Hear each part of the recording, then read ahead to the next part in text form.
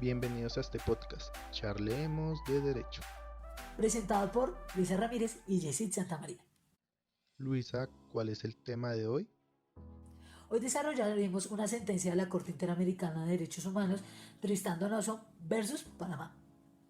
Aquí desarrollaremos tres derechos a los cuales hace referencia la jurisprudencia: garantías judiciales, protección de la honra y la dignidad humana y la libertad de pensamiento y de expresión. ¿Y qué serían las garantías judiciales? Pues mira, el Pacto de San José dice que toda persona tiene derecho a ser oída, con unas garantías determinadas y dentro de un plazo razonable, por una autoridad competente que sea independiente. ¿Y qué es la protección de la honra y la dignidad? Esto quiere decir que nadie podrá ser objeto de injerencias arbitrarias o abusivas en su vida privada, ni en la de su familia, hay que tener en cuenta eso, ni en su domicilio o en su correspondencia, ni de ataques ilegales a su honra o su reputación. Entonces, ¿qué es el derecho a la libertad de pensamiento? Desde el siglo de las luces venimos hablando de este derecho y hace referencia a la libertad del conocimiento y a su expresión. En Colombia reitera que la libertad de expresión cumple determinadas funciones en una sociedad democrática porque previene abusos de poder. O sea que a Tristán Donoso le infringieron todos esos derechos. Todo surge porque Tristán Donoso fue el abogado del señor Walid Yeset, quien se encontraba preso y estaba siendo extorsionado con su libertad. En diferentes ocasiones chuzaron sus conversaciones donde ellos hablaban de temas económicos y se llegó a mencionar que el procurador estaba recibiendo dinero de dudosa reputación para su reelección. Tristán Donoso, siendo consciente de estas grabaciones para el año de 1999, interpone denuncia penal por el abuso de autoridad del ex procurador, la cual es desestimada por la Corte Suprema al carecer de elementos de convicción. Además, queda con una pena pecuniaria por los recursos que hablan las grabaciones y se interpretan como lavado de activos. ¿Qué papel cumple la Comisión y la Corte Interamericana de Derechos Humanos? Se analiza si la divulgación de la conversación telefónica por parte del funcionario público implica una injerencia a la vida privada del señor Tristán Donoso. También se examina si la injerencia resulta arbitraria por parte de una autoridad pública o si se analiza si resulta compatible con dicho tratado y si es así, deberá cumplir determinados requisitos.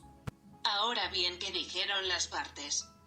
El Estado solicitó que la Corte considere fundada la excepción preliminar y que se declare incompetente en razón de la materia, para ordenar que Panamá adecue su ordenamiento penal al artículo 13 de la Convención Americana, en base a consideraciones de hecho y de derecho, y que no se admita la demanda ni las medidas de reparación solicitadas por la Comisión y que se nieguen por improcedentes y carentes de fundamento, ya que no hubo injerencias arbitrarias o abusivas en la vida privada del señor Donoso, que hubiesen sido cometidas por parte del Procurador General de la Nación.